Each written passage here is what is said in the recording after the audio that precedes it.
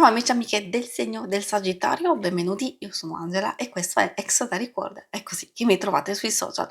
Questo è l'oroscopo settimanale dal 24 al 30 agosto. Prima di iniziare vi ricordo che è una stesa generica, prendete solo ciò che vi risuona e se volete potete integrarla col vostro ascendente per avere più informazioni. In descrizione trovate le recensioni dei mazzi usati, i link per acquistarli e i link alle playlist per conoscere il significato delle carte della Sibilla Lenormand e della Sibilla italiana. Vi invito a iscrivervi e abbonarvi al mio canale per sostenere il mio lavoro. Vi ringrazio moltissimo se lo farete o l'avete già fatto. E adesso partiamo con la lettura. Innanzitutto andiamo a vedere le energie principali della vostra settimana, i segni zodiacali da attenzionare, l'amore, il lavoro e le finanze.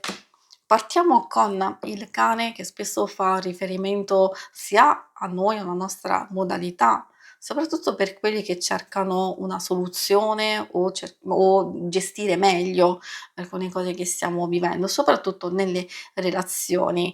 Ci parla di costanza, ci parla di fedeltà, ci parla di amicizia, di serenità e anche di miglioramenti. È vero che può riferirsi anche a una persona, quindi alla presenza di una persona di conforto, di sostegno, qualcuno che ci può proteggere e anche magari dare un consiglio nelle varie situazioni.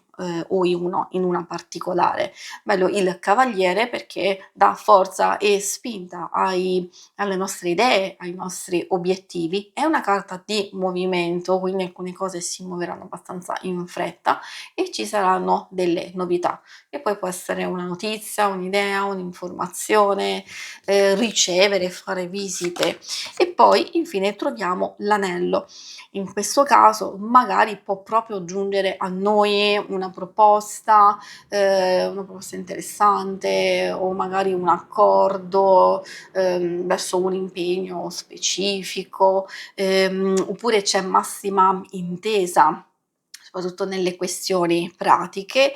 È una bella carta, quindi ci sta dicendo che se noi facciamo un po' fatica a gestire alcune cose, forse possiamo valutare di chiedere un aiuto o anche un consiglio, visto che ci sono alcune cose che riguardano, come vi dicevo, proprio l'arrivo di informazioni e di notizie. Diciamo, altrimenti semplicemente ci sta dicendo che forse è il momento giusto per attivare una collaborazione, per attivare qualcosa di nuovo, per cogliere delle opportunità e quindi scegliere anche un nuovo percorso. I segni zodiacali da attenzionare sono principalmente quelli di aria, Gemelli, Bilancia e Acquario, e abbiamo anche un po' quelli di Terra, Toro, Vergine e Capricorno. E adesso procediamo con l'ambito amore.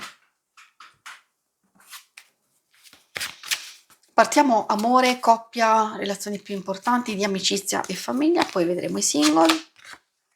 Abbiamo questa bellissima carta che è gioia, è serenità, quindi un buon inizio, dove c'è rassicurazione, dove c'è protezione, c'è anche un appoggio sia di sostegno, diciamo in senso lato, forse anche materiale.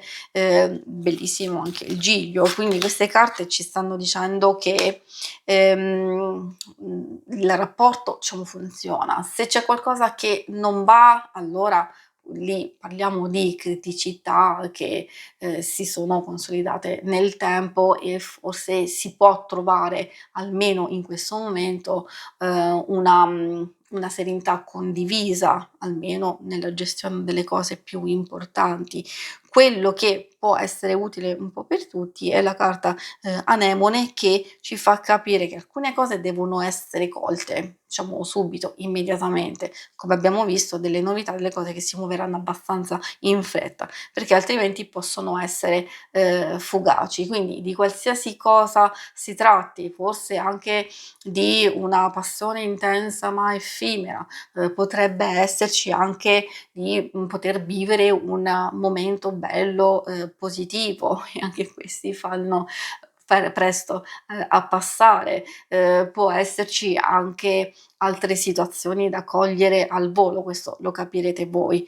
In parte alcune cose già dette vanno bene anche per i single, per voi, quel qualcosa di fugace potrebbe essere un'attrazione, un coinvolgimento, una possibile, avventura, oppure, una conoscenza che in realtà può essere interessante, però se, non abbiamo l'audacia, se magari non c'è un qualcosa che ci permette di approfondire questa conoscenza, forse possiamo perderla. Mi viene in mente tutte quelle volte che magari, incontriamo, conosciamo una persona e poi diciamo la lasciamo andare così senza un numero di telefono ad esempio, senza andare ad approfondire ulteriormente.